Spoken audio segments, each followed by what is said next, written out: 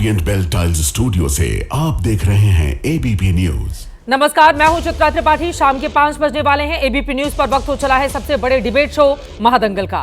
नागपुर में हिंसा के बाद हालात अब धीरे धीरे सामान्य हो रहे हैं। 11 थाना क्षेत्रों में कर्फ्यू नहीं हटाया गया है, लेकिन सोमवार रात की हिंसा के बाद अब हालात पूरी तरह से नियंत्रण में हैं। वहीं दंगे की साजिश हैरान करने वाली है।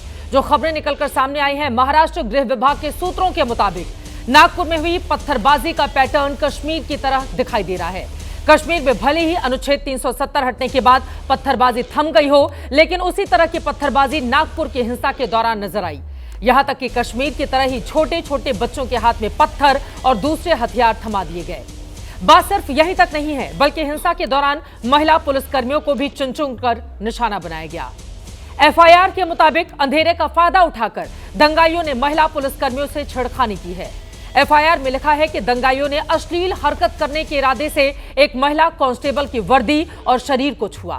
दंगाइयों ने दूसरी महिला पुलिसकर्मियों के साथ भी यौन दुर्व्यवहार किया। कुछ महिला पुलिसकर्मियों को देखकर दंगाइयों ने अश्लील इशारे किए और भद्दे भद्दे कमेंट किए गए। दंगों के दौरान इस तरह की हरकत भी आमतौर पर सुनने को नहीं मिलती। दंगे की सच्चाई सामने आने के साथ साथ औरंगजेब को लेकर राजनीति भी जारी है। शिवसेना उद्धव गुट के मुखपत्र सामना में आरोप लगाया गया है कि बीजेपी का मकसद पहले खलनायक औरंगजेब को कब्र सहित खत्म करना है, ताकि उसके खत्म होते ही नायक छत्रपति शिवाजी महाराज और छत्रपति संभाजी महाराज भी खत्म हो जाएंगे। आज महादंगल में पूछेंगे, नागपुर दंगे में साजिश के तार कहां तक? बच्चों को दंगे का हथियार बनाने का मकसद क्या है? सवाल यह भी है कि क्या औरंगजेब अब राजनीतिक हथियार बन गया है? महादंगल की चर्चा का सिलसिला शुरू करने से पहले वार पलटवार किस तरह से इस मुद्दे पर हुआ है, वो सुनिए।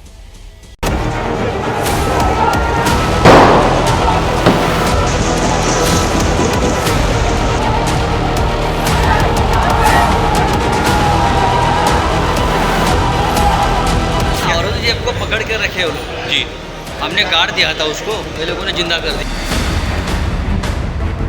गए हफ्तों से संजय राउत खुद बयानबाजी कर रहे हैं कि महाराष्ट्र में दंगे होंगे और अब दंगा हुआ है, तो इसके पीछे संजय राउत का हाथ है क्या? कि उनकी भी जांच कीजिए। सुबह नशे में रहते हैं, इसीलिए उसी तरह की बातें वो करते हैं। सामना के लोग औरंगजेब की भाषा बोल रहे हैं, ये तो अब स्पष्ट है। अब इनके पास केवल बौखलाहट के सिवाय कोई पर्याय बचा नहीं है। गर्दुल्ले पे पुलिस भी कार्रवाई नहीं करती, इनका करेंगे क्या? जो सवेरे से नशे में होते हैं, ऐसे राउत का पुलिस भी लेकर क्या करेगी, क्या कार्रवाई करेगी?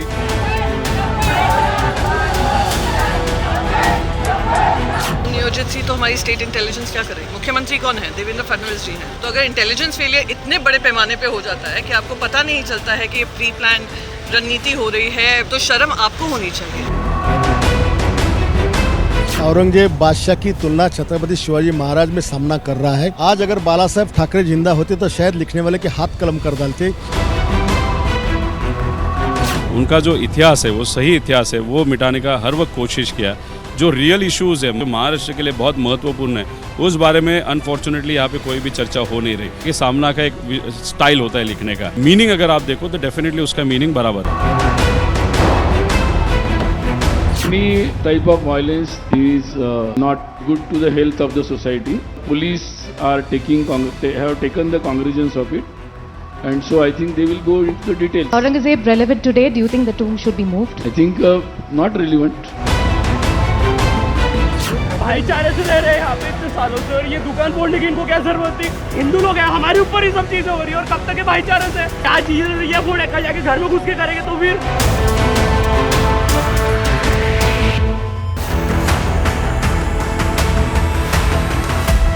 पत्थरबाजी क्या कश्मीर पैटर्न का रिटर्न है? जिस तरह की स्थिति इस वक्त देखने को मिल रही है, कई ऐसे सवाल हैं जिसको लेकर बड़ी चर्चा करने वाले हैं। खास मेहमानों की मौजूदगी है, उनका तारुफ परिचय आपसे करवा देती हूं।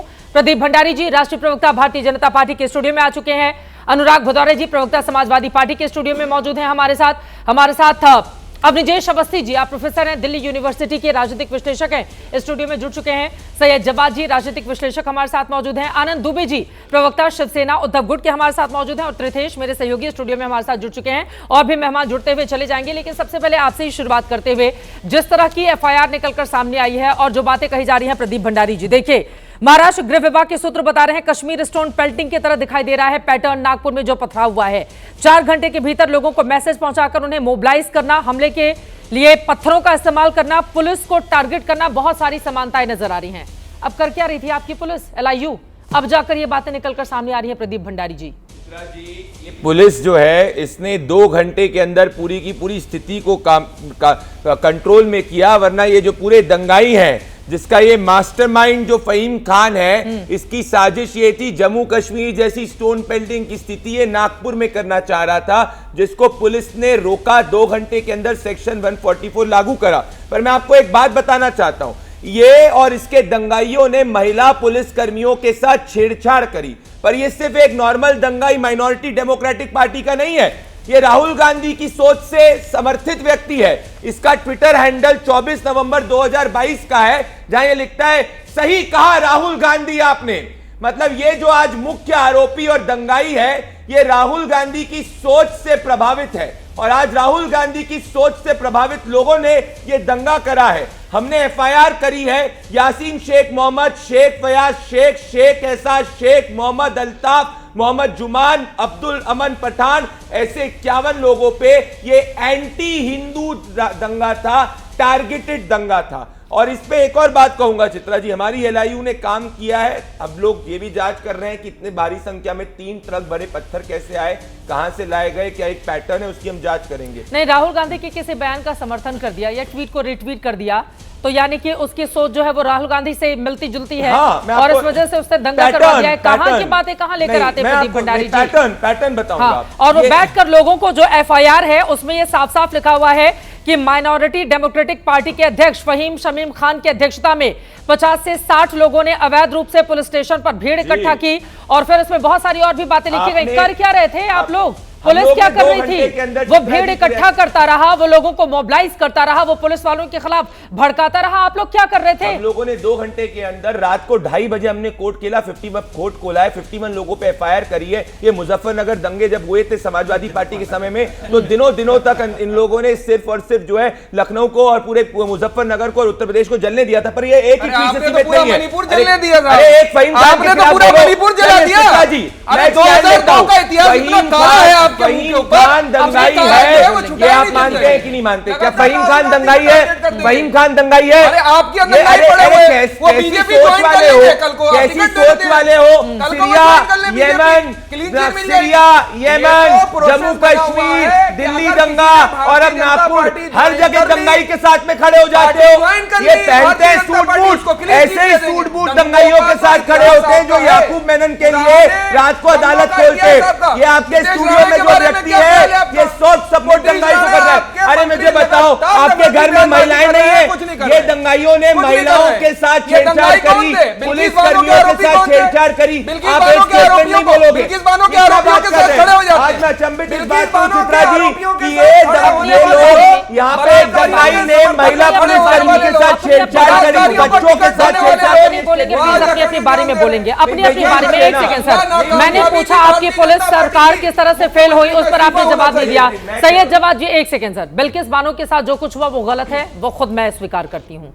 इस तरह के लोगों को नहीं छोड़ा जाना चाहिए। हम लोगों ने डिबेट भी की थी, बहुत लंबे समय तक चला था, लेकिन अदालत से, एक सेकंड सर, अदालत से बाहर आए थे वो लोग। अच्छा, बीजेपी की इतनी हैसियत नहीं है जेल के भीतर से निकाल कर। आप मेरी बात सुनिए सैयद जवाद जी, ये बताइए, ये व्यक्ति जो शमीम खान है, दंगाई है, पुलिस कह रही है, इसने लोगों को मोबिलाइज किया, इसके खिलाफ क्या कार्रवाई होनी चाहिए? देखिए, अगर आरोप सिद्ध होंगे तो उनके खिलाफ सख्त से सख्त कानूनी कार्रवाई होना चाहिए, कोई इसमें नहीं। अगर सिद्ध होते न्यायपूर्वक। एक सेकंड, अभी आरोपी बनाया गया है ना, आरोपी बनाया गया ना, अरे आरोपी बनाया गया। अरे यहाँ तो वो लोग भी हैं जिन्होंने अपने केसेस वापस ले लिए। ऐसे लोग बैठे हुए हैं जिनके ऊपर दंगा भड़काने का आरोप है, जो नफरती बयानबाजी करने वाले लोग हैं, जिनके ऊपर बलात्कार के आरोप है। अरे आपने टिकट करके बोलो ना, प्राइमा फेसी जब FIR आपने कस्टडी में गए, दंगाई है कि नहीं है? दंगाई है कि नहीं है, अरे बहुत दंगाई है कि नहीं है, महिलाओं के लिए देखिए आज देखिए यहाँ दंगा ना फैला अपनी अपनी बारी में अपनी बारी में बोलेंगे, अपनी अपनी बारी में समझ नहीं आएगा दोनों तरफ का। अनुराग भदौरिया जी भी स्टूडियो में हैं, उनके पास में जाऊंगी, लेकिन आनंद दुबे जी कुछ कहना चाह रहे हैं। आज सामना में बड़ा बड़ा लेख भी लिखा है। आनंद दुबे जी, ठीक है मैं आ रही हूँ। आनंद दुबे जी, सामना में जो लेख लिखा हुआ है वो पूरा मेरे सामने है, और औरंगजेब को लेकर जो बातें बाला साहब ठाकरे ने कही थी वो बातें भी मैंने इतिहास के पन्नों से इकट्ठा कर रखी हैं। ऐसा लग रहा है कि बाला साहब ठाकरे वाली शिवसेना औरंगजेब को लेकर कुछ और थी, और अभी वाली शिवसेना आनंद दुबे जी वो कुछ और है। क्या समझ में आ रहा है आप लोगों को? आप लोगों को ऐसा क्यों लग रहा है कि औरंगजेब ही भाजपा का नया शिवाजी है?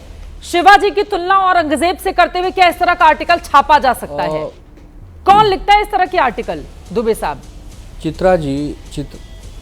चित्रा जी नमस्ते। सबसे पहले तो आपको बता दूं कि हिंदू हृदय सम्राट बाला साहब ठाकरे जी की ही असली विचारधारा वाली हमारी पार्टी है। कुछ लोगों को भ्रम है, कुछ लोग इस समय विचलित है, परेशान है, तो मैं उनको इतना समझा नहीं सकता। देखिए, छत्रपति शिवाजी महाराज की तुलना में भारतीय जनता पार्टी ने अब एक नया सगुफा लाया है कि बताइए, अब नरेंद्र मोदी जी को छत्रपति शिवाजी महाराज से तुलना की जा रही है, और कौन कर रहा है? बीजेपी के ही सांसद प्रदीप पुरोहित जो उड़ीसा से आते हैं सदन में, उन्होंने कहा कोई झूठ बात तो नहीं है, बिल्कुल गलत बात कही है उन्होंने। नई तुलना हो सकती है नरेंद्र मोदी की शिवाजी के साथ। नहीं, मैं ये जो सामना का आर्टिकल है सर दिखाइए जरा स्क्रीन पर, ये आप कैसे सर, आपका कौन आर्टिकल सामने में लिखता है? सुनिए ना सर, मेरा ये सवाल है, औरंगजेब ही भाजपा का नया शिवाजी, शिवाजी और औरंगजेब की तुलना भी हो सकती है क्या? एक हेडलाइन में आप दोनों को कैसे ला कर सकते हैं, और भाजपा का नया शिवाजी कैसे बता सकते हैं औरंगजेब को कोट करते हुए? कौन लिखता है इस तरह के आर्टिकल? सुनिए, औरंगिया की जो कब्र है चित्रा जी, औरंगिया की जो कब्र है वो छत्रपति शिवाजी महाराज के शौर्य का प्रतीक है। जब जब औरंगिया की कब्र को देश दुनिया देखती है तो याद आता है कि हाँ, एक ऐसे वीर योद्धा हुए थे छत्रपति शिवाजी महाराज और छत्रपति संभाजी महाराज, जिन्होंने कभी भी मुगलों की गुलामी मंजूर नहीं की, और ये औरंगिया और अपनी पूरी फौज लेकर कभी दक्कन जीत नहीं पाया, अपने मंसूबों पर कभी जीत उसने हासिल नहीं कर पाई। तो ये तो प्रतीक हमेशा रहेगा ना, ये तो इतिहास रहेगा ना। अच्छा, औरंगिया की कब्र आपको हटाना है। आज शिवसेना का मैं एक प्रवक्ता हूं, आपके सामने कह रहा हूं, एएसआई से, पुरातत्व विभाग से संरक्षित वो स्मारक या कब्र है, प्रधानमंत्री जी के अंडर जो मंत्री होते हैं पुरातत्व विभाग के, वो उसके डीजी लेवल के जो अधिकारी सेक्रेटरी होते हैं। 15 मिनट का काम है बीजेपी के लिए। 15 मिनट में आप कानून में बदलाव लाइए। एक तरफ कहते हैं कि आप हटा दो, एक तरफ कह रहे हैं कि नहीं, और वो रहेगा तो ही शिवाजी का, शिवाजी के इतिहास को या उनके शौर्य को बताने के लिए औरंगजेब के सहारे की जरूरत नहीं है, औरंगजेब के सहारे की जरूरत नहीं है। और खुद ये बातें बाला साहब ठाकरे ने भी कही हुई हैं। बाला साहब ठाकरे, देखिए, शिवसेना मुंबई से बाहर निकली 1988 में, तो औरंगाबाद में ही पहली बार आप लोगों ने जीत हासिल की थी लोकल चुनाव में।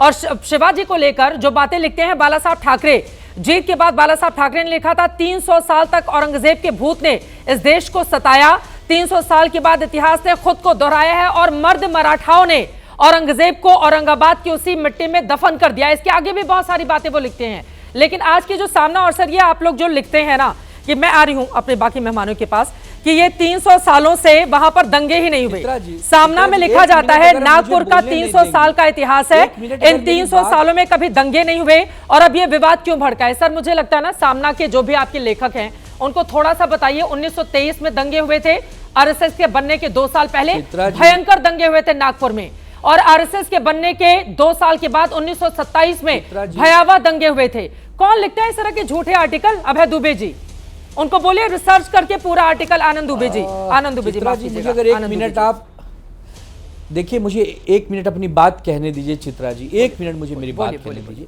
23 नवंबर से सरकार प्रचंड बहुमत से अस्तित्व में आई है। आज हम मार्च में हैं, आज 19 मार्च है। ये 23 नवंबर से 19 मार्च के बीच में महाराष्ट्र में अपराधी जिस बेखौफ ढंग से घूम रहे हैं, हत्या, लूटपाट, चाहे बीड़ में संतोष देशमुख की निर्मम हत्या हो गई हो, परभणी में दंगा हो गया हो, पुणे में एक बस में हमारी माता बहन के साथ दुराचार हो गया हो, तो ये जो बेखौफ लोग होके घूम रहे हैं, ये कानून व्यवस्था का कोई संबंध सरकार से है कि नहीं, कि वो भी आप विपक्ष से पूछेंगी। कानून व्यवस्था चरमरा गई है। जब नागपुर में आपको पता था कि छत्रपति शिवाजी महाराज की जयंती है, लोग हर्षोल्लास मनाते हैं, लोग झांकियां निकालते हैं, तो आपकी पुलिस सावधान क्यों नहीं थी? उसके बाद बीएचपी बजरंग दल का जब आंदोलन चल रहा था, तब भी आप मुस्तैद क्यों नहीं थे?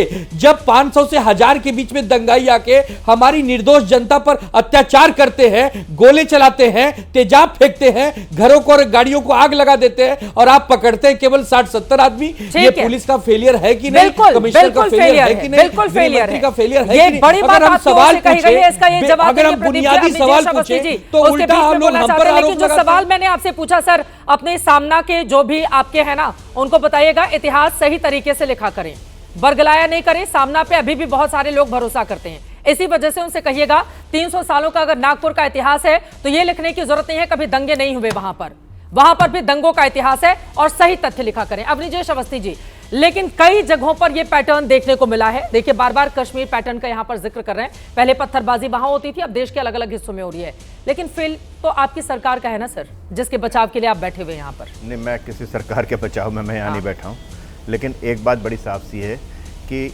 LIU की उसमें फेलियर है, इसमें कोई दो राय नहीं। और सिर्फ यहाँ नहीं, अभी तो मुझे लगता है कि थोड़े दिनों में ये संविधान जो लेके घूमते हैं ना, वो कहते हैं, अभी तक तो ये कहते थे फ्रीडम ऑफ स्पीच का हमारा मौलिक अधिकार है, अभी थोड़े दिन में ये कहने वाले हैं पत्थर फेंकना हमारा मौलिक अधिकार है, क्योंकि उसका ये एक्शन रिएक्शन बताते हैं कि उन्होंने ऐसा नारा लगाया, हमने पत्थर फेंके, क्या हो गया जी, गलत बात हो, क्या इसमें गलत हो गई? सबसे अजीबोगरीब बात तो आनंद दुबे ने कही, उनका शिवाजी की वीरता का याद दिलाने के लिए हमें औरंगजेब की कब्र की जरूरत है। हैरत हो गई मुझे, शिवाजी की वीरता को दिखाने के लिए औरंगजेब का सहारा लेना पड़ेगा। आपने सही कहा, एक बात।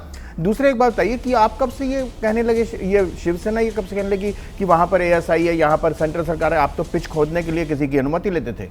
आप तो बड़े गर्व से कहते हैं ना कि बाबरी ढांचा हमने ढहाया, आप पिच खोद आते थे, बाबरी ढांचा गिराते थे, अब आप कानून की बात कर रहे हो। ये कौन सी शिवसेना हो गई है? फिर तभी तो कहते हैं कि अब ये शिवसेना नहीं रही। आनंद जी, अरे लेकिन अब उस शिवसेना की सरकार नहीं है ना सर, सरकार तो आप लोगों की है। ये सरकार दंगा होगा तो सवाल सरकार से जी, मैं कह रहा हूँ सरकार में रहते हुए नहीं है, तो ये तो कहते थे कि हम पिच खोद देंगे, सरकार हो या ना हो। शिवसेना सरकार नहीं खोदती थी पिच, भारत पाकिस्तान के बीच में मैच होगा या नहीं होगा, इस बात का फैसला शिवसेना करती थी, और कहते हम रातों रात पिच खोद देंगे। ठीक है ना बात। चित्रा जी, एक बात बड़ी साफ सी है, इस देश में जो लगातार गंगा जमुनी तहजीब की बात की जा रही है, तब तक नहीं हो सकती जब तक यहाँ के लोग औरंगजेब जैसे मुसलमान नहीं, किसी भी क्रूर व्यक्ति को बचाव करते रहेंगे।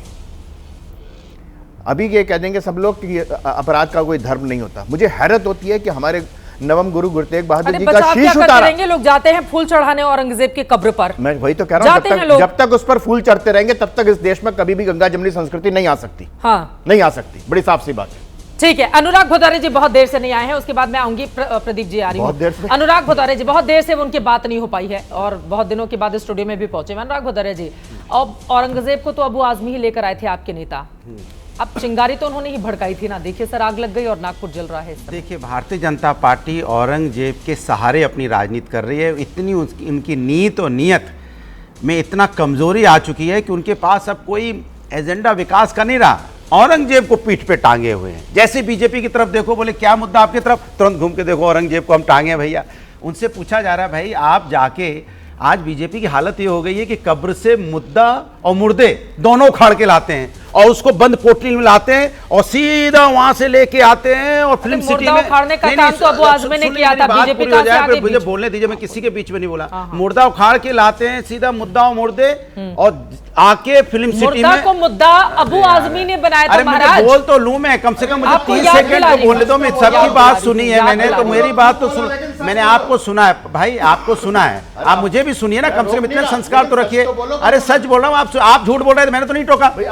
अरे मैं बोल रहा हूँ, मैं आपके बीच में टोका क्या? अरे भाई, आप प्रोफेसर अपने आप को बताते हो, आप बिहेव कर रहे हो, आप ऐसा जैसे लगता है कि आप किसी ऐसे रोड छाप वाली बात कर रहे हो। अरे मैं आपके बीच में बोला क्या? मुझे बोलने दो ना, मैं अपनी बात कहूँगा, मैं जवाब दूंगा, मुझे बोलने दो। मैं आपके छोटे साहबजादों को आप यहाँ पे दीवार में चुनवाने वाले का नाम लोगे यहाँ पर। मुझे बोलने दीजिए, प्रोफेसर होकर और यहाँ पे नाटक करने नाटक करने आते हैं छोटे साहब जादव को जिंदा दीवार में चुनवाने वालों की यहाँ पर ग्लोरीफाई करते हैं। अनुराग को बोलने देंगे, अनुराग को बोलने देंगे, आराम से आराम से व्यक्तिगत उनको बोलने देते हैं, बोलने देते हैं, बोलिए बोलिए बोलिए बोलिए अनुराग जी भैया देख लो इनको, इनको थोड़ा देख लो, टीआरपी बढ़ा दो, इनके परेशान हो रहे हैं। देखिए फर्जी है, आराम से मुद्दे पर, सभी स्टूडेंट तो हैरत है, प्लीज उनको बोलने दें, सारे स्टूडेंट ने आपको देख लिया, बोलिए बोलिए बोलिए, नहीं बोलेंगे वो बोलिए। अच्छा हम ये फोटो, अच्छा हम आग्रह कर रहे हैं भैया और टीवी चैनल वाले भैया इनको बुला लेना, बहुत परेशान है, मुझे बोलने दीजिए, मेरे ये शौक है, मुझे तो बस प्लीज आराम से, व्यक्तिगत टिप्पणी नहीं, मुद्दे पर बोलने में तो बीच में गड़े मुद्दे उखाड़ा था अबू आजमी ने, ठीक है अब उसके आगे बढ़ते हैं, बताइए। इनका एक ही काम है, फिर वहां से जाके कब्र से मुद्दे और मुर्दे दोनों उखाड़ के लाते हैं और फिर कोटली में बांध के लाते हैं, फिल्म सिटी में घुस के सभी स्टूडियो में फेंक देते हैं। अब फिल्म सिटी स्टूडियो वाले लेके घूम रहे हैं उन मुर्दे और मुद्दों को लेके। अरे भाई औरंगजेब को आप बार बार इतना 15 दिन से चला रहे हैं, इस देश के अंदर में औरंगजेब को महान क्यों नहीं बोलता? अरे भैया इस देश को अपना नायक चुनना है, इस देश को अपना नायक चुनना है, खलनायक को नायक नहीं बनाया जा सकता। अबू आजमी लेकर आए थे, अबू आजमी लेकर आए थे, अबू आजमी लेकर आए थे, नहीं चुनने दिया जाएगा ना, यही तो बताना है। खलनायक को नायक बनाया जाएगा तो कोई बोलेगा भी नहीं, खलनायक को नायक बनाया जाएगा और कोई सवाल भी नहीं पूछे। बिल्कुल फिल्म सिटी में ये लोग तय करते हैं मुद्दे, हम लोग इतने काबिल है अनुराग भट्टाचार्य जी, आपका मुद्दा कोई और तय करता होगा। नहीं नहीं, ये व्यक्तिगत स्टूडियो में आकर जैसे घर के लोगों को बुलाया गया है, आपको भी स्टूडियो में इसीलिए बुलाया गया है। प्लीज ये व्यक्तिगत टिप्पणी नहीं, प्लीज अब समाजवादी पार्टी का वो अपने आप को ना इतना सर्वोपरि पीड़ित मत दिखाइए, अपने आप को इतना पीड़ित मत दिखाइए, हमने आपको पहले बोला कि हमें बोलने दीजिए। देखिए सवाल है कि आप अगर ये चाहेंगे कि बीजेपी को पाक साफ करके अपोजिशन के ऊपर में औरंगजेब थोपना चाहेंगे तो नहीं होगा। फेल है, पूछा नहीं क्या मैंने यहाँ पर एफआईआर में पूछा, बिल्कुल पूछा है, बिल्कुल पूछा है, बिल्कुल पूछा है मैंने। लगातार उत्तर प्रदेश बीजेपी की सरकार, हरियाणा में बीजेपी की सरकार, मध्य प्रदेश में बीजेपी की सरकार, 21 राज्यों में बीजेपी एनडीए की है, पूरा मत गिराइए, मैं बोल रही हूँ ना, अब पूरा आप बताएंगे तो। अरे बीजेपी का गुणगान करने की क्या जरूरत है कि हर जगह बीजेपी की सरकार है। भारतीय जनता पार्टी की सरकार में हो रहे, जिम्मेदारी इनकी है और जिम्मेदारी से दंगा क्यों करता है? हर कांग्रेस समाजवादी पार्टी राहुल गांधी का समर्थक दंगा क्यों कर रहा है? नहीं चलेगा, समाजवादी पार्टी औरंगजेब के नाम पे राजनीति करके अबू आजमी समाजवादी पार्टी, अबू आजमी औरंगजेब को कहता है कि उससे बड़ा अच्छा शासक नहीं है। क्या अबू आजमी को अपनी पार्टी से हटाया? आपने औरंगजेब को, अबू आजमी को मिनी औरंगजेब को अपनी पार्टी से हटाया।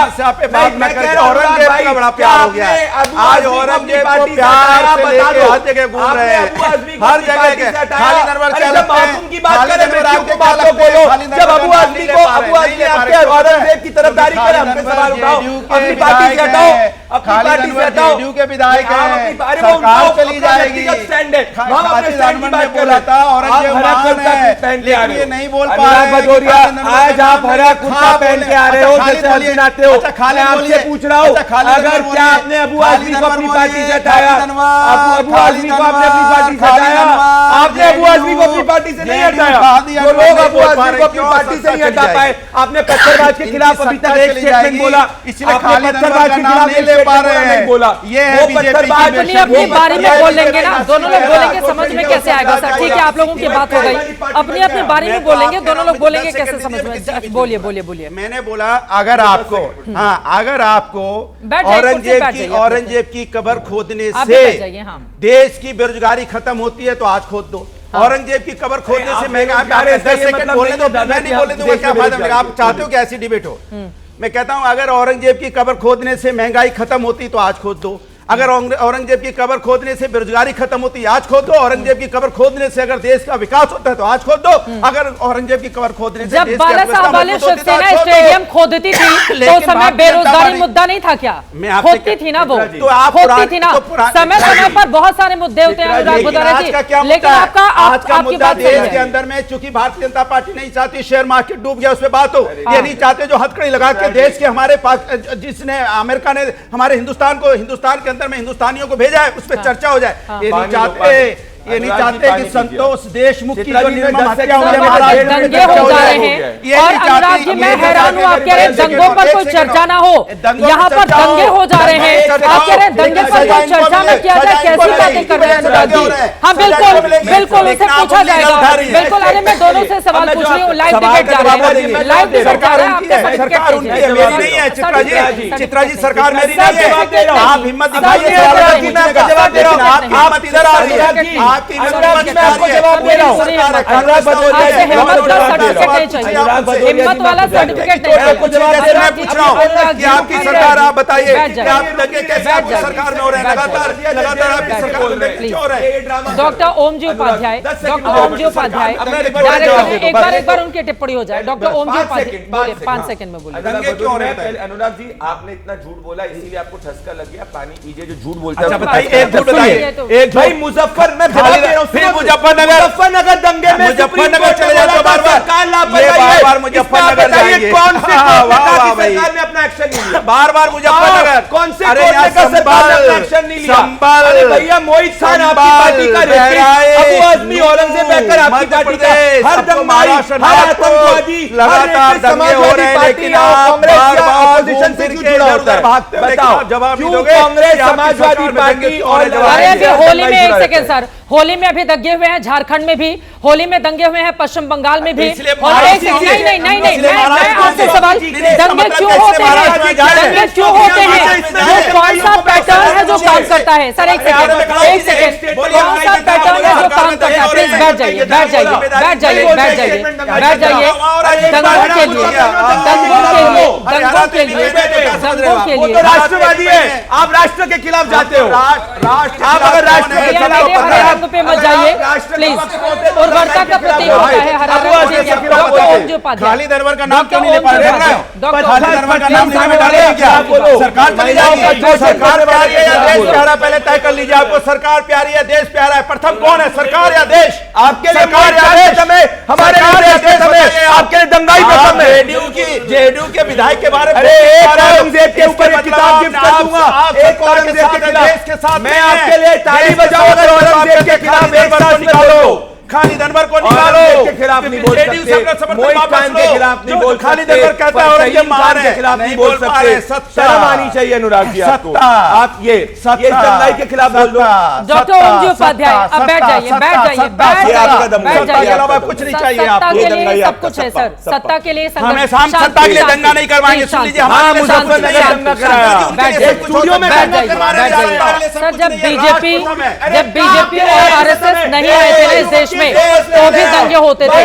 दंगों का एक खास पैटर्न है जिस पर चर्चा करनी बहुत जरूरी हो जाती है। बैठ जाइए अनुराग जी। डॉक्टर ओम जी उपाध्याय हमारे साथ हैं, वरिष्ठ हैं, डायरेक्टर हैं आप भारतीय इतिहास अनुसंधान परिषद के। आपका स्वागत है। ओम जी उपाध्याय जी, ये जो औरंगजेब नाम का जिन्न निकला है इस समय, क्या है उसका इतिहास जिसको लेकर नायक और खलनायक की ये जंग इस देश के भीतर चल रही है? देखिए चित्रा, इसमें कहीं कोई संशय नहीं है कि भारत के इतिहास में अगर सबसे क्रूर, बर्बर, दुर्दांत, आतताई किसी एक शासक का नाम लेना हो तो वो औरंगजेब है, जिसने लगातार हमारे मंदिरों को तोड़ा, जिसने लगातार कन्वर्जन कराने के लिए न जाने कितने लोगों पे कितने जुल्म ढाए, कितने अत्याचार किए। गुरु तेग बहादुर को 5 दिन जिस तरह से तड़पा के वो उनकी हत्या करता है, संभाजी की हत्या के लिए जिस तरह की क्रूरता और बर्बरता का आश्रय लेता है वो, जो गुरु गोविंद सिंह के 2 पुत्रों को जिस तरह से चिरवा देता है, अपने ही भाई का गला काट के जिस तरह से उसकी हत्या करता है। अगर आप देखेंगे गोकुला जाट की जिस तरह से हत्या करता है, 2000 सतनामियों की जिस तरह से हत्या करता है, तो भारत के इतिहास में उतना क्रूर, बर्बर, आतताई कोई शासक नहीं है। इसमें कहीं कोई संशय नहीं है। बिल्कुल। और उसके नाम पे रोड रखा गया। नहीं, असली बात यह है, असली बात यह है कि अगर सरकार नहीं, वो तो बदल गया। असली बात अगर नाम चेंज करने से देश का विकास जरा करो। आपने भी किया है बहुत बार नाम चेंज। बैठ जाइए। अगर कोई उसका महिमामंडन करता है, क्यों रखा था औरंगजेब रोड? किसने रखा था? सिखों को चुराने के लिए रखा था। सिखों को चुराने के लिए सिखों को चुराने के लिए रखा था ना, आपने रखा था। देखो औरंगजेब रोड आपने रखा था, बाबर रोड, डॉक्टर ओम जी शाहजहां रोड। बात नहीं हो पाएगी। बात ये नहीं, मैं कहता हूं सभी रोड के नाम बदल दो। जी मुझे बोलने दीजिए। राजनीति से परे थोड़े तथ्य जान लेते हैं, बोलिए जी। उनकी बात हो जाए फिर आप लोग बोलिएगा। ओम जी बोलिए। 1665 के बाद बहुत लोग महिमा मंडित जो करने का प्रयास कर रहे हैं आज की डेट में कि साहब उसने बड़े सारे मंदिरों को, ये तो आप बताएंगे ना अनुराग जी। अबू आजमी कौन है? देखिए मैं चुनौती देकर कहता हूँ, सुन लीजिए ना, सुन लीजिए, तो समर्थन वापस लेना चाहिए। बोलिए अनुराग जी, आप देखिए, आप खालिद अनवर का नाम लीजिए, सुनिए खालिद अनवर का नाम क्यों नहीं? सुनिए सुनिए, खालिद अनवर का नाम हम डरते हैं क्या? अरे पूरे वक्त सुनिए पहले, खालिद अनवर ने गलत किया। अरे इतिहास सुनाते सुनाते अबू आजमी याद आता है, खालिद अनवर नहीं याद आता है। अबू आजमी क्यों नहीं याद आया? जिन्न किसने निकाला? वापस ले लिए, जिन्न उन्होंने कहा मैंने सब वापस ले लिए। अनुराग जी, जिन्न किसने निकाला? अबू आजमी नहीं जिन्न निकाला ना। आज ये चर्चा करके आ रही है, दंगे हो रहे हैं, दंगे हो रहे हैं, गुन गाएंगे, वाह भैया बधाई दंगे हो रहे हैं। आपको बहुत इतिहासकार बीजेपी के प्रवक्ता हो जाओ। इतिहासकार कहता है खालिद अनवर, अनुराग जी मैं माफी नहीं मांगूंगा, मर जाऊंगा, देखो सुनिए, अबू आजमी कहता है वापस लिए, लेकिन खालिद अनवर, आपस में बात खालिद अनवर, अनुराग जी प्लीज, उनकी बात खत्म हो जाए उसके बाद बोलेगा। पॉलिटिकल लोग आपस में झगड़ते रहे, थोड़ा ज्ञान भी ले लेते हैं। वो ज्ञान कहां दे रहे हैं? सर अब आपके मन की बात पता है, लेकिन बीजेपी कह रहे खालिद अनवर का नाम नहीं ले रहे। बात नहीं कर सकते। खालिद अनवर ने गलत किया, खालिद अनवर ने गलत किया, चलिए बोले वो कोई किताब लेकर बात करेंगे, वो कुछ किताब लेकर आए हैं। सोर्सेज मासिर आलमगीरी, ये जो उसके सारे फरमान्स हैं औरंगजेब आइकोनोक्लाज्म, और ये तो छापा है फ्रेंको गौतिये ने, वो न हिंदू है ना मुसलमान है, ये फ्रेंच जर्नलिस्ट है जिसने ये औरंगजेब आइकोनोक्लाज्म छापा है, और सारे उसके फरमान्स और अखबारात के आधार पर छापा है। मैं हिस्टोरिकल अनुराग जी एक बात नहीं करता, एक शब्द नहीं करता, मैं चुनौती देके कहता हूं, मैं चुनौती देके कहता हूं कि अगर एक बात मेरी हिस्टोरिकल आप कह देंगे ना कि वो इतिहास नहीं है, तो आप गलत बात मत कीजिए। आपके माध्यम से देश को गलत बातें कब से क्या कहना चाह रहे हैं, पूछना चाह रहा हूं। मैं तो यही कह रहा हूं कि उससे ज्यादा क्रूर, बर्बर, दुर्दांत आतताई नहीं है। मान रहे हैं, महिमा मंडन कर रहे हैं, अब आगे बताओ, महिमा मंडन अखिलेश यादव ने क्या बोला? अखिलेश यादव, अरे खालिद अनवर के खिलाफ जेडीयू ने खुद ने बोल दिया, जेडीयू के एमएलए कुमार संजीव कहते हैं कि जिसने औरंगजेब को बोला वो इंटरनेशनल समर्थन वापस लीजिए, औरंगजेब को क्यों हटा रहे हो? मान बताता हूं, समर्थन वापस लीजिए, कब हटा रहे हो? वापस लीजिए, कब हटा रहे हो? चैनल पे जेडीयू से हमारा कोई संबंध नहीं है, बोल के जाइए आप, बोलिए हमारा कोई संबंध नहीं है, बोलो समर्थक सपा, बोलो जेडीयू से हमारा कोई संबंध नहीं है, बोलो नहीं बोल पाएंगे। इधर देखो, ये देखो, वो देखो, दोनों लोगों को फ्रेम से हटाइए। एक बार एफआईआर में जिन बातों का जिक्र है, जवाब उसके बाद मैं आपके पास आ रही हूं। एफआईआर में लिखा गया है, इस भीड़ ने कुल्हाड़ी, पत्थर, लाठियां और अन्य खतरनाक हथियारों के साथ क्षेत्र में आतंक पैदा करने के इरादे से घातक हथियारों को हवा में लहराया, लोगों में भय पैदा किया, धार्मिक दुश्मनी बढ़ाने के इरादे से सामाजिक सद्भाव को बिगाड़ने का काम किया गया। यहां पर एक और बात जिसका जिक्र बहुत जरूरी हो जाता है, नागपुर पुलिस ने मामले में 5 नाबालिग लड़कों को भी हिरासत में लिया है। जेजे एक्ट के तहत कानूनी कार्रवाई की गई है। नाबालिग बच्चे, आपको याद होगा जब कश्मीर में पत्थरबाजी होती थी, छोटे छोटे बच्चों के हाथों में पत्थर थमा दिए जाते थे और फिर वो भीड़ पर दूसरी तरफ वो हमला करती थी। उसी तरह का पैटर्न इस समय देखने को मिल रहा है नागपुर में भी।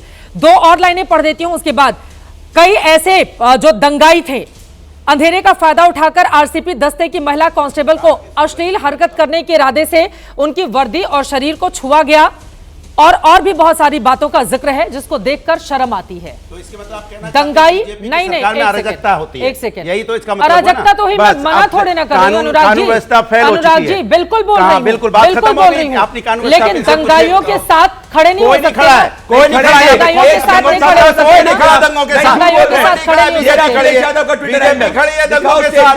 ये क्या बोला नागपुर में, उन्होंने क्या बोला नागपुर के ऊपर, क्या बोला नागपुर के ऊपर में? ये रहा अखिलेश यादव का ट्विटर स्टेटमेंट, बताओ अखिलेश यादव ने कहां दंगाई के खिलाफ खोला? क्या ये रहा अखिलेश यादव का ट्विटर खोलो, बताओ। मैं आपके मैं कह रहा हूं हम लोग नहीं खड़े, ये ट्विटर खोलो तो फेसबुक खोलो तो फलाना खोलो, दंगाइयों के नाम पर की बात कर रहे हो, दंगाइयों के नाम करके बताओ, पढ़ो ना, दंगाइयों के नाम पर क्या करते हो? दंगाइयों के नाम पर कार्रवाई कीजिए, किसने आप दंगाइयों के नाम पर? हमने बोला कि कार्रवाई मत करो, अरे हमने बोला कार्रवाई मत करो, हमने बोला कार्रवाई मत करो, हमने बोला क्या? ये भारतीय जनता पार्टी है, नाम देखो, अरे भाई कार्रवाई करो, किसने देखा है? माने फेल हो गई कानून व्यवस्था, जिम्मेदार विपक्ष हो गया, कमाल है भाई, सरकार आपकी जिम्मेदार विपक्ष। ये नाम देखो, ये नाम देखो, ये किताब देखो, क्या नाम देखो, किताब और नाम पढ़ना, पढ़े लिखे आप लोग क्या कर देखो, किताब देखो, ये नाम से आपको चिढ़े, मैं आपको कह रहा हूँ नाम पर हमारे आपको चिढ़े, क्या करना चाह रहे तुष्टिकरण के हाथ में, क्या करेंगे तुष्टिकरण के नाम पे? एक पुलिस वाले के पक्ष में स्टेटमेंट बोला, पुलिस डीसीपी के पक्ष में स्टेटमेंट बोला, हाथ में पुरानी नहीं, वक्तव्य में डीसीपी के खिलाफ बोला, पेश नहीं बोला, आपके सरकार में पूरे पक्ष में नहीं बोल पा रहे, आप क्या बात कर रहे हैं? पुलिस वालों के साथ सुरक्षित नहीं है, क्योंकि आपके वोट बैंक से एक और जानकारी दोनों लोग और बाकी मेहमान सैयद जब्बार जी, उसके बाद मैं आपके पास आ रही हूँ। ठीक है, आप मेरी बात सुन लीजिए। देखिए, एफआईआर में और जो नई जानकारी आई है, जांच के दौरान कई महत्वपूर्ण जानकारी जो नागपुर पुलिस को मिली है। दंगाइयों में से ज्यादातर लोग पास के ही मस्जिद में इफ्तार कर रहे थे। सैयद जब्बार जी, जो बातें आई हैं निकलकर नागपुर से, वो मैं पढ़ रही हूँ। मस्जिद में इफ्तार कर रहे थे। पुलिस ने बताया कि कई दंगाइयों ने नमाज पढ़ने के बाद इफ्तारी की और फिर हिंसा करने के लिए सड़क पर उतर गए। पुलिस जांच कर रही है कि मस्जिद पर किसी ने इकट्ठा हुए भीड़ को बरगलाया था क्या और बरगलाने के लिए कहा था क्या, ये बातें भी निकलकर सामने आई हैं। अब एफआईआर में ये बातें आएंगे सैयद जब्बार साहब, है ना। अभी मैं ओम जी को सुन रहा था, पहले अभी आपकी बात का जवाब दूं ओम जी के लिए। ओम जी के लिए आपके लिए एक बड़ा मशहूर शेर है कि उफ तलक करते नहीं जिल्ले इलाही के खिलाफ, दरबार की आदत है आपको दरबारी हैं आप। अगर नैतिकता होती तो अब तक जो है ना मुख्यमंत्री का इस्तीफा हो चुका होता और अब तक जो है ना एसपी और डीएम का सस्पेंशन हो चुका होता, उनको सस्पेंड। इतनी इंफॉर्मेशन चित्रा वो दरबारी पार्टी के पास सारी इंफॉर्मेशन है, करनी चाहिए क्या पार्टी के पास सारी इंफॉर्मेशन है, लेकिन मुख्यमंत्री के पास कोई इंफॉर्मेशन नहीं, मुख्यमंत्री के पास इंफॉर्मेशन नहीं, मुख्यमंत्री का गृह क्षेत्र है, जो मुख्यमंत्री अपना क्षेत्र नहीं संभाल सकता, वो प्रदेश की जनता को क्या संभालेगा, प्रदेश की जनता को क्या संभालेगा? बताने वाली ये जो प्रवृत्ति, नहीं सर एक सेकंड, ये महानता में बैठकर तय नहीं करेंगे ना सैयद जवाब। आप मेरे मेहमान हैं, आप व्यक्तिगत टिप्पणी नहीं कर सकते, आप व्यक्तिगत टिप्पणी नहीं कर सकते, व्यक्तिगत टिप्पणी नहीं। इतिहास पढ़ाना है, इतिहास में बीजेपी नहीं है ना, औरंगजेब के इतिहास में बीजेपी छोड़े ना है। सैयद जवाब जी, ये दरबारी कहना बंद कीजिए, मुद्दे पर आइए। सवाल क्या पूछा?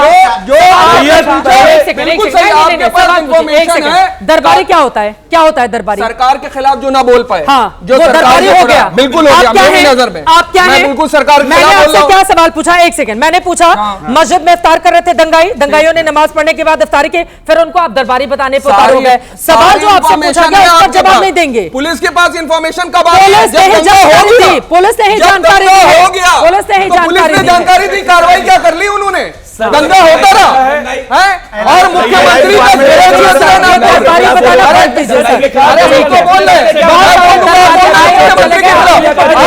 मुख्यमंत्री के खिलाफ मांगेंगे इस्तीफा मुख्यमंत्री का, आप मांगेंगे मुख्यमंत्री का इस्तीफा।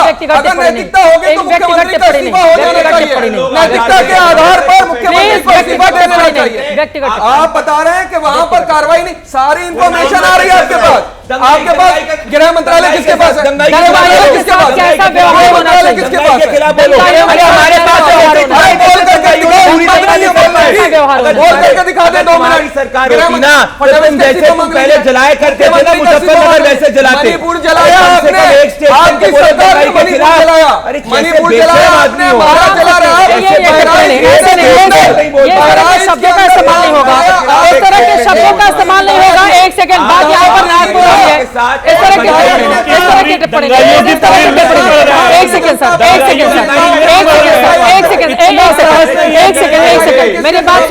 मेरी बात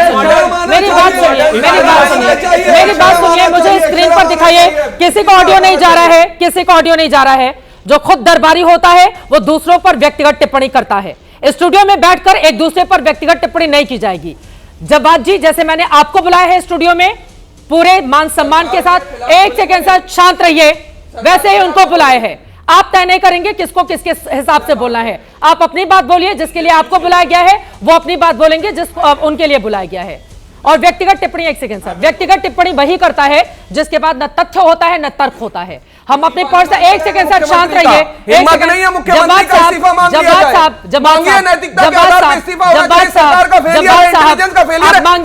कौन मना कर रहा है? लेकिन आप किसी को दरबारी नहीं बोलेंगे, आप किसी को दरबारी नहीं बोलेंगे, आप किसी को दरबारी नहीं बोलेंगे। जवाद साहब, ये तरीका बिल्कुल गलत है, ऐसा नहीं हो सकता ना। हाईजैक करने के लिए डिबेट नहीं बुलाया है सैयद जब्बाद। प्लीज एक सेकंड सर, एक सेकंड। जुनैद हारिस जी, इनका ऑडियो नहीं जा रहा है, इधर से भी ऑडियो नहीं जा रहा है। जुनैद हारिस जी आ चुके हैं, वो हमारे साथ थोड़ी देर से जुड़े हुए हैं। आप प्रोफेसर हैं Islamic studies Jamia Millia university के। बोलिए 10 सेकंड, फिर उसका जवाब देंगे आप। बताना चाहता हूँ जो आज कह रहे हैं ना कि मुख्यमंत्री का इस्तीफा देना चाहिए, मैं उनसे इस्तीफा मांगना चाहता हूँ जिन्होंने बेंगलोर में दंगों के आरोपियों को छुड़वा दिया। मैं उनसे इस्तीफा चाहता हूँ, उनके खिलाफ। एक सेकंड, बीच में नहीं पीएफआई के लोगों पर ये वो समाजवादी पार्टी बीच में बोले ना, आ गए ना, कितने आरोपी वो पार्टी है, ये वो पार्टी है जिन्होंने बम फेंकने वालों पर आरोप वापस लेने के लिए कहा। आपकी पॉलिटिकल पार्टी के लोगों पार्टी है, टिकट दिया। ये वो पार्टी है जिसमें बाद में पकड़े गए। देख लो चेहरा इनका, वो पार्टी तुम ही कह रहे थे छोड़ के आओ, वो पार्टी छोड़ के आते हैं और यहाँ आके कहानी बताते हैं और सरकार में दंगे हो रहे हैं, विपक्ष जिम्मेदार। जुनैद हारिस जी, अरे अपने नेता पर लगाम लगाए होते तो नहीं होता है ऐसा। जुनैद हारिस, अनुराग जी वो आपके बगल में बैठे हुए, थोड़ा सा उनका भी सम्मान कर ले। उनकी बारी सर, प्लीज एक सेकंड। जुनैद हारिस जी प्लीज, जुनैद हारिस जी, खबरें निकलकर सामने आई है, मस्जिद में नमाज पढ़ी गई, उसके बाद बाहर निकले दंगाई और फिर वहां पर हमला किया गया। क्या है इस पर आपकी टिप्पणी? कुछ लोगों को अरेस्ट भी किया गया है, कई लोगों की अरेस्टिंग बाकी है। बैठ जाइए प्लीज अनुराग जी, अब बैठ जाइए, नहीं तो दूसरे को बोलने नहीं देंगे। बैठिए। एक चीज तो मैं बहुत क्लियर कह दूं कि इस इशू पर को मैंने बहुत ज़्यादा पढ़ा नहीं है, मुझे टाइम नहीं मिला है। एक चीज़ तो मैं पहले क्लियर कर दूं, और दूसरी बात यह है कि मैं बिल्कुल इस बात का पक्षपात नहीं हूँ, किसी को भी ये नहीं करता मैं कि उसको सपोर्ट किया जाए। जिसकी गलती हो, गलती की सज़ा मिलनी चाहिए, और जिसकी गलती नहीं हो, खामखा कि उसको फंसाना नहीं चाहिए। इसको मैं बिल्कुल 110% मैं कह रहा हूँ कि जांच होनी चाहिए, और जांच होने के बाद जो तथ्य सामने आता है उसके मुताबिक कार्रवाई होनी चाहिए। उमूमन होता ये है कि कार्रवाई के नाम पर, मैं आपको एक चीज़ बहुत मैं बता दे रहा हूँ कि दुनिया के अंदर कहीं पर भी दंगा अगर होगा तो उसके अंदर जो माइनॉरिटी होगी, दुनिया में मैं कह रहा हूँ, मैं भारत की बात नहीं कर रहा हूँ, अगर माइनॉरिटी मेजॉरिटी और इनका दंगा होगा तो हमेशा माइनॉरिटी का नुकसान होता है। मैं नहीं समझ सकता यहाँ पे कौन से माइनॉरिटी का नुकसान हुआ, या हर टारगेटेड व्यक्ति हिंदू है। मणिपुर में नहीं हुआ, मणिपुर में नहीं हुआ, मणिपुर में नहीं हुआ,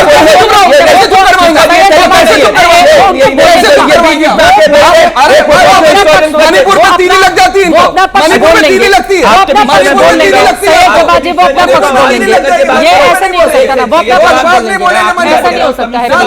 आराम से प्लीज, आराम से बात करो। क्या हो रहा है यहाँ पर? जुनैद हारिस को बोलने दीजिए, उधर शिवसेना, उधर आनंद दुबे जी में सवाल करें, ऐसे नहीं हो सकता है प्लीज। सैयद जब्बाद जी, अरे उनको तो बोलने दे, आपके बगल में बैठे हुए भाई, उनको तो आप क्यों आगे, उनको तो बोलने दे, उनको तो बोलने दे, उनको दंगाई कहलवा यहाँ बैठलवा कर, उनको तो बोलने दे, आपके वो उनको उनका पक्ष हो जाए। मोहल्ले में नहीं, एक सेकंड, मोहल्लेबाजी मत करो। एक सेकंड, ऐसा नहीं, जवाब ऐसा नहीं, प्लीज प्लीज उनको बोलने दे, उनको बोलने दे प्लीज, ऐसा नहीं हो सकता। प्रदीप जी प्लीज उनको बोलने दे प्लीज, आप उनके बीच में मत बोलिएगा, आप उनकी बात कंप्लीट हो जाए। अब बस शांत बोलिए। कह रहा हूँ कि जांच हो, जिसकी गलती हो उसको सज़ा मिले, लेकिन इसमें बिल्कुल ये ना किया जाए कि हमें ख़ास कम्युनिटी के ख़िलाफ़ कार्रवाई करनी है या ख़ास वर्ग के ख़िलाफ़ कार्रवाई करनी है।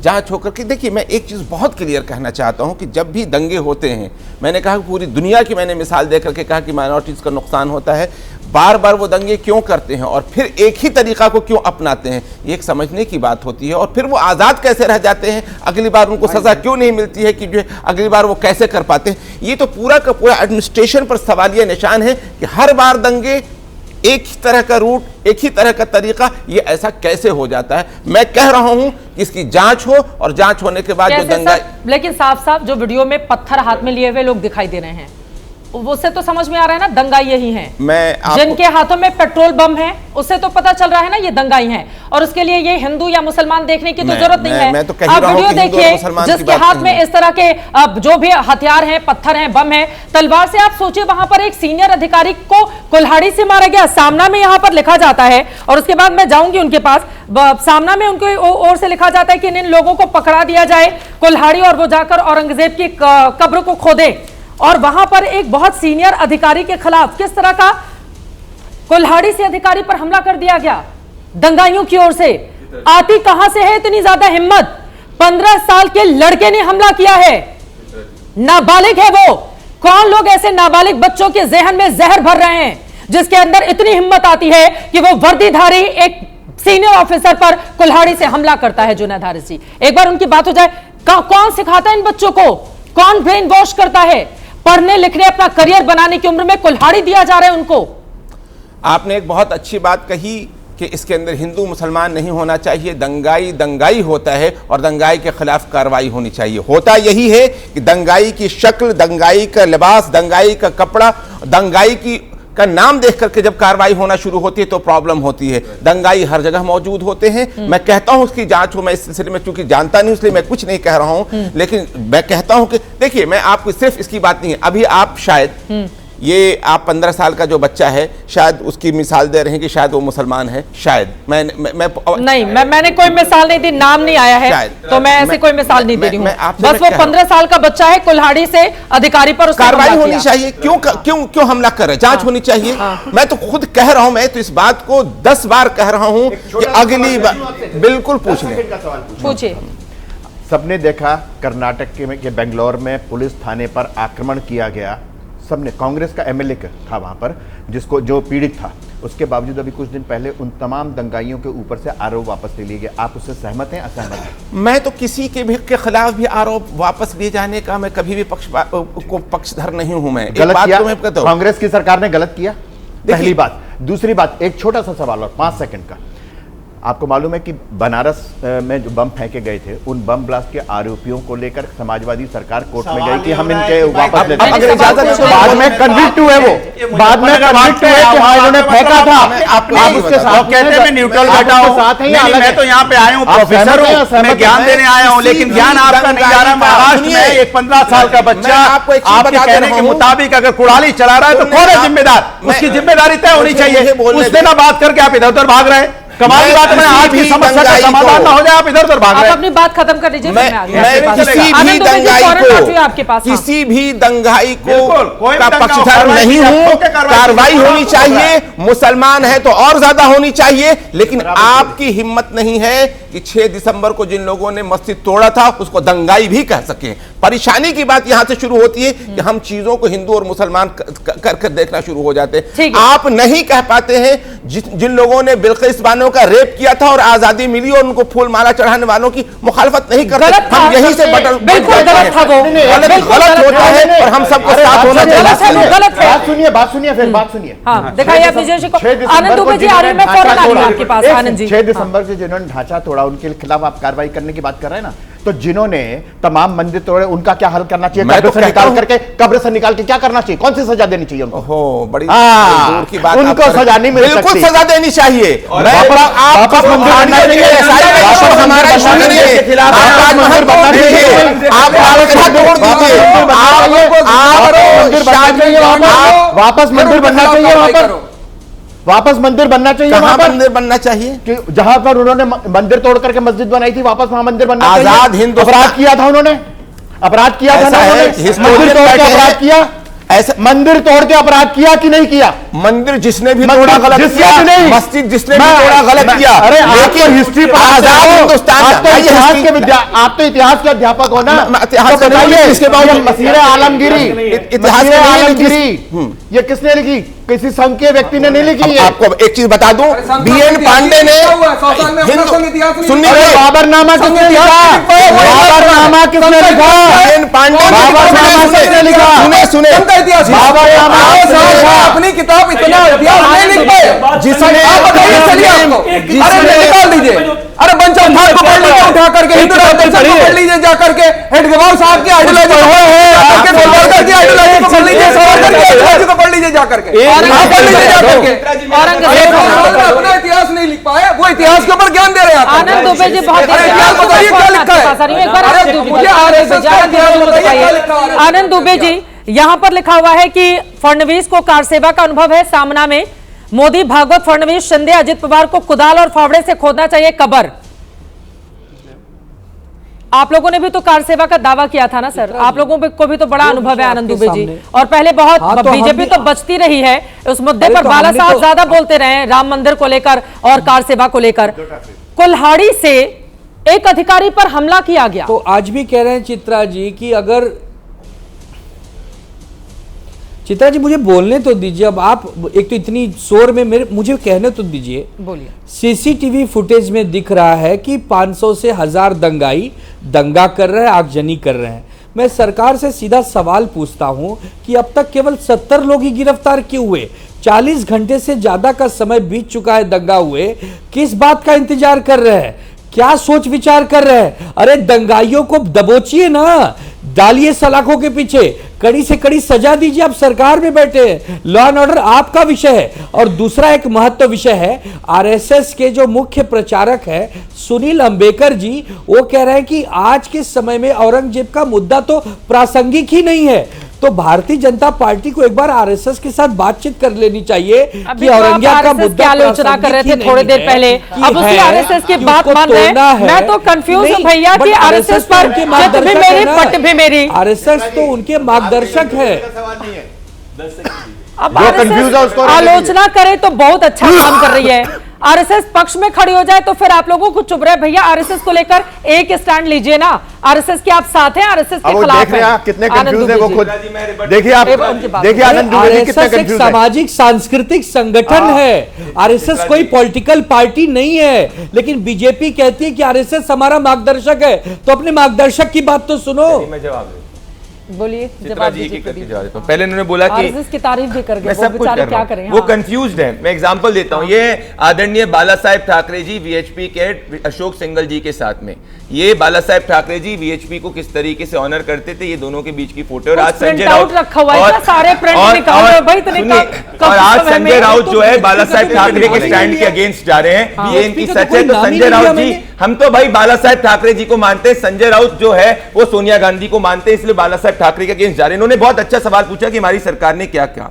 हमने 1250 लोगों पे एफआईआर दर्ज करी है, हमने 150 सीसीटीवी कैमरा खंगाले हैं, 50 से ज्यादा लोगों के ऊपर एफआईआर हुई है, जिसमें से एक भी एफआईआर का जो नाम हुआ इनमें से ऑपोजिशन के लोग नहीं बोल पा रहे हैं। रात को मैं पढ़ देता हूं, शेख आबिद शेख, फैजान शमीन शेख, अदनान शमीन शेख, इमाउद्दीन अयाउद्दीन, अशफाक हमीद, काशिफ खान, इफराक अहमद, अल्ताफ, मतलब आप बता रहे सारे मुस्लिम नाम है, आप ये गिनाना चाहते हैं? मैं ये कह रहा हूं, ये टारगेटेड, मैं बता रहा हूं, ये टारगेटेड एंटी हिंदू। रुक जाओ ना, मैं तुम पे नहीं बोल रहा, मतलब नहीं है। आनंद दुबे जी के सवालों का जवाब दे रहे हैं, तुम आनंद दुबे के प्रवक्ता बन गए तो बता दो जवाब दे दो।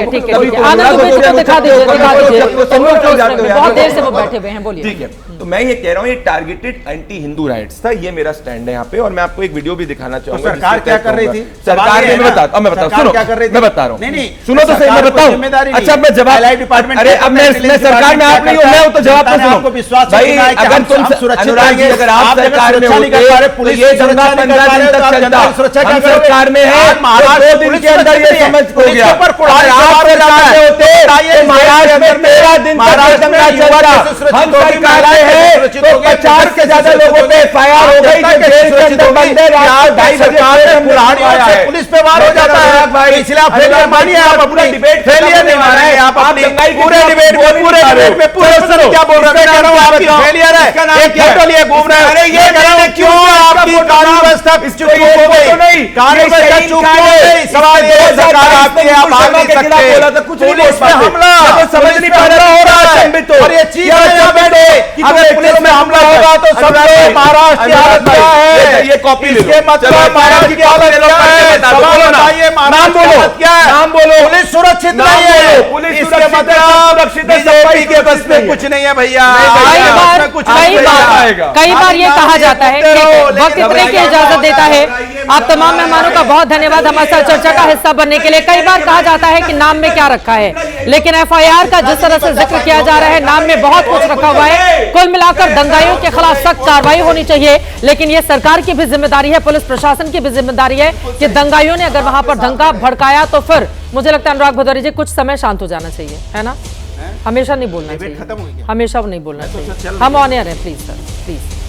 दंगाइयों के खिलाफ कड़ी और बड़ी कार्रवाई हो और नागपुर में शांति हो, इस उम्मीद के साथ महादंगल में अभी के लिए बस इतना ही। देश और दुनिया की तमाम खबरों के लिए आप देखते रहिए एबीपी न्यूज।